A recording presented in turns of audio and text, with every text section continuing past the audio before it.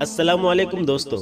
इस बात में कोई शक नहीं कि रसूलुल्लाह सल्लल्लाहु अलैहि वसल्लम को तमाम जहान के लिए नबी और रहमत बनाकर भेजा गया, क्योंकि आपका जिक्र तमाम इब्राहिमी रिलीजन यानी तौरात, इंजिल और ज़बूर के अंदर आपके नाम अहमद के साथ पेशन गोई के तौर पर मौजूद है। मगर जो पादरी और रब्बी नस्ल तालीमात के अंदर अदल बदल करके अपनी मर्जी और फायदे का मतलब निकालते हैं, वो आज तक हिदायत से महरूम हैं। मिसाल के तौर पर यहूदियों की मिसाल ले ले, जो कि आज भी दीवार गिरिया यानी दूसरी बार हैकल सुलेमानी की तबाही में बच जाने वाली दीवार को मुसलमानों के लिए खाना काबा जितना मुकद्दस जानकर इसके सामने मोहम्मद सल्लल्लाहु अलैहि वसल्लम का नाम बार बार पुकारते हैं।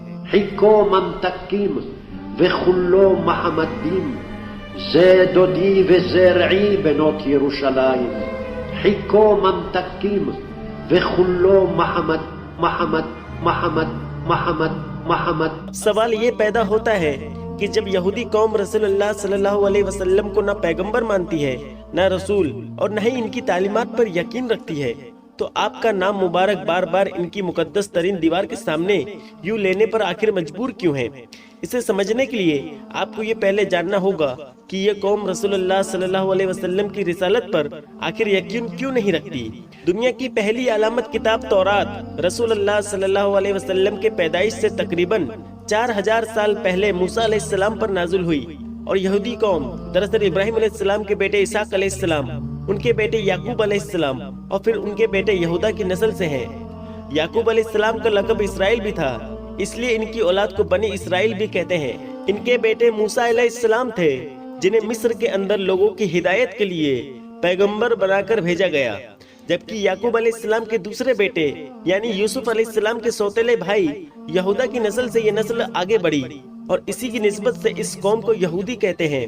ये बनी इसराइल कौम खुद को चूज पीपल ऑफ गॉड यानी खुदा की लाडली उम्मत भी कहती है, और इन्हें इस चीज पर बहुत ज्यादा गरूर और तकब्बुर था कि हर एक पैगंबर इन्हीं की नस्ल से आए और कयामत तक इन्हीं की नस्ल से आता रहेगा, और दुनिया में सिर्फ यही कौम खुदा की चहेती कौम है। और ये तकब्बुर आज तक कायम है, क्योंकि यहूदी कौम अपने अलावा बाकी लोगों को सिर्फ जानवर, गाय, भैंस या चींटियों से ज्यादा अहमियत नहीं देती।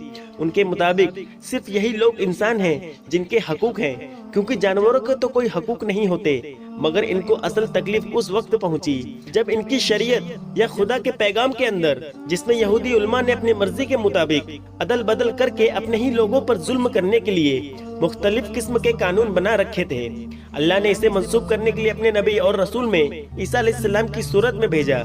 याद रखें कि पैगंबर और रसूल में फर्क होता है। रसूल वो होता है जो कि नई शरीयत और अल्लाह का कानून या इसकी किताब लेकर इंसानों की हिदायत के लिए मंसूब होता है, और जब वो अपनी रिसालत का ऐलान करता है तो तमाम पिछली शरीयत या कानून खत्म हो जाते हैं, और जो कौम इसे ना माने उस पर अल्लाह का अजाब नाजिल होता है। रसूल कत्ल भी नहीं हो सकते, क्योंकि अल्लाह खुद उनकी हिफाजत करता है, जबकि पैगंबर सिर्फ रसूल की भूली तालीमात को दोबारा याद करवाने और लोगों को हिदायत पर लाने के लिए आते हैं। जब ईसा अलैहिस्सलाम नई शरीयत यानी कि इंजिल मुकद्दस लेकर आए, तो उसका मतलब कि तौरात जो कि टेम्पर्ड फॉर्म या रद्द बदल के साथ मौजूद थी, वो मंसूब हो गई, और अब तमाम यहूदी उलमा को अपनी कुर्सी, अपना रुतबा, शान शौकत और मालो दौलत जाता नजर आने लगा, और वो भी एक नौजवान के हाथों। लिहाजा उन्होंने साजिश करके ईसा अलैहिस्सलाम को सूली पर लटकाने की कोशिश की, मगर अल्लाह ने इन्हें जिंदा आसमानों पर उठा लिया, क्योंकि अल्लाह ने अपने रसूलों की हिफाजत का वादा किया है। और ये साजिश यहूदी उलमा ने ये की थी कि अपनी मर्जी की तावील निकाली कि तौरात के अंदर जिस मसीहा के बजाय दज्जाल का जिक्र है, वो दज्जाल दरअसल यही शख्स यानी ईसा अलैहिस्सलाम है। नाउज़ुबिल्लाह। ये आज से तकरीबन 2000 साल पहले का टाइम है। अब जाहिर है कि इन लोगों ने अल्लाह के रसूल का इनकार किया था, तो अल्लाह का अजाब इन पर ये आया कि इनसे लाडली उम्मत का टाइटल छीन लिया गया, इन्हें दुनिया में लावारिस छोड़ दिया गया। हैकल सुलेमानी पर दूसरी बार हमला हुआ तो इनका घर फलस्तीन भी छिन गया। ये दुनिया में ऐसे दर बदर होकर रह गए कि आज तक कभी इकट्ठा ना हो सके। अब जाकर इसराइल में एक बार फिर से दुनिया भर के यहूदियों को लाकर आबाद किया जा रहा है, ताकि एक बार फिर से वो ग्रेटर इसराइल बनाकर एक बार फिर से अपने खोए हुए रुतबे को और पूरी दुनिया पर बादशाहत को हासिल कर सके, जैसा कि सुलेमान अलैहिस्सलाम के दौर में थी, और जो उनका हक भी है, यानी जानवरों और कीड़ों मकोड़ों पर हुकूमत करना। अब जब इस लाडली उम्मत से इनका गरूर छीन लिया गया, तो अल्लाह ने इब्राहिम अलैहिस्सलाम के बेटे इस्माइल अलैहिस्सलाम की नस्ल से मोहम्मद अरबी सल्लल्लाहु अलैहि वसल्लम को अरब में रसूल बनाकर भेजा। जबकि तमाम यहूदी ये सोचते थे कि वो इब्राहिम अलैहिस्सलाम के दूसरे बेटे इसहाक अलैहिस्सलाम की नस्ल से होंगे, क्योंकि तमाम यहूदी उनके बेटे याकूब अलैहिस्सलाम और उनके बेटे यहूदा की नस्ल से हैं। जबकि तमाम अरब इस्माइल अलैहिस्सलाम की नस्ल से हैं, जिन्हें अल्लाह के हुक्म पर इब्राहिम अलैहिस्सलाम ने उनकी वालिदा हजरत हाजरा के साथ मक्का के मकाम पर छोड़ दिया था, जहां पर बाद में जमजम के कुएं की वजह से मक्का शहर आबाद होना शुरू हुआ। जब ईसा अलैहिस्सलाम के आसमान पर उठाए जाने के तकरीबन 600 साल के बाद मोहम्मद सल्लल्लाहु ताला अलैहि वसल्लम जब अरब में तशरीफ लाए और ऐलान नबूवत किया, तो जाहिर है कि यहूदी लोगों ने यह कहकर आपको मानने से इनकार कर दिया कि ये हमारी कौम यानी इसहाक अलैहिस्सलाम की नस्ल से नहीं, और दूसरा असल शरीयत तो शरीयत मूसा है जो कि सिर्फ और सिर्फ इनके पास है। जबकि इसकी देखा देखी मोहम्मद सल्लल्लाहु ताला अलैहि वसल्लम ने नाउजुबिल्लाह इस कुरान को अल्लाह का पैगाम कहकर खुद से बनाया है। मगर हक को पहचानने वाले वाहिद अल्लाह हर दौर के अंदर जरूर पैदा करता है, जिन्होंने इस टाइम के अंदर भी आप सल्लल्लाहु अलैहि वसल्लम की पैदाइश और आमद की पेशन गोइयों को पहचान कर आपका इकरार किया कि आप अल्लाह के आखिरी रसूल और पैगंबर हैं, जिनका जिक्र नाम के साथ तौरात के अंदर मौजूद है, जिसका जिक्र और इनका इंतजार वो सदियों से कर रहे थे। तनाक ऐसी आयतों को कहते हैं जिन पर यहूदी और क्रिश्चियन मुत्तफिक हैं कि बिल्कुल यही अल्फाज तौरात के अंदर भी मौजूद है और इंजिल में भी, और ये दोनों अल्लाह के ही अल्फाज हैं। जबकि क्रिश्चियन इन्हें टेस्टामेंट या न्यू टेस्टामेंट बाइबल कहते हैं। किताब मुकद्दस में सॉन्ग ऑफ सोलोमन में चैप्टर 5 की 16वीं आयत के अंदर ये लिखा है कि जिसका तर्जुमा ये है कि वो मेरा दोस्त है, वो मेरा प्यारा है, वो सबका मोहम्मद है, यरूशलेम की बेटियों। और इसी आयत का विरोध आज भी यहूदी दीवार गिरिया के पास करते नजर आते हैं, जो कि एक ही वक्त के अंदर न सिर्फ यहूदी बल्कि क्रिश्चियनिटी में भी नाम के साथ मोहम्मद सल्लल्लाहु अलैहि वसल्लम का जिक्र वाज़ेह तौर पर बयान कर रही है। और ये मुबारक नाम तारीख में इससे पहले किसी शख्सियत का नहीं गुजरा है। अब सवाल ये पैदा होता है कि इतनी वाजिब निशानी मौजूद होने के बावजूद यहूदी रब्बी या क्रिश्चियन पादरी अपने लोगों को इस आयत का क्या जवाब देते हैं। दरअसल ये लोग खुद से इसका मतलब लोगों को समझाने की कोशिश करते हैं और इन्हें धोखा देते हैं और इन्हें बताते हैं कि इसका मतलब है कि सबसे प्यार करने वाला। अगर जाहिरी तौर पर देखे तो ये बात काफी लॉजिकल भी लगती है, क्योंकि इस पूरी आयत के अंदर एक ही बात का मेन मकसद नजर आ रहा है कि वो मेरा दोस्त है, वो मेरा प्यार है।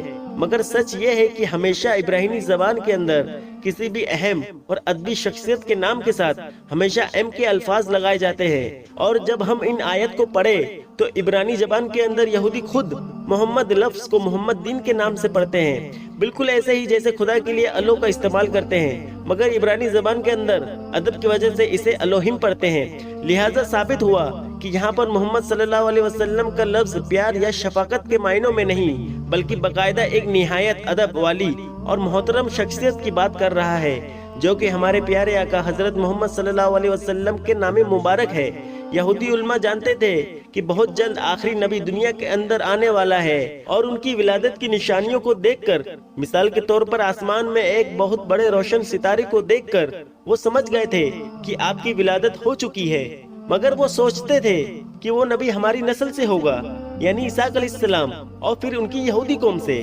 फिर भी अल्लाह ने इस कौम के ऐसे लोगों को हिदायत दी जो कि हक को पहचान गए, अपनी अना, खानदान और रुतबे वगैरह सबको कुर्बान करके रसूलुल्लाह सल्लल्लाहु अलैहि वसल्लम पर ईमान ले आए। मगर जो बाकी बच गए इन्हें अल्लाह ने हिदायत नहीं दी, क्योंकि ना तो इन्होंने कोशिश की और न ही अल्लाह ने इनकी बदअमालियों की सजा अभी तक इन पर मुकम्मल की है।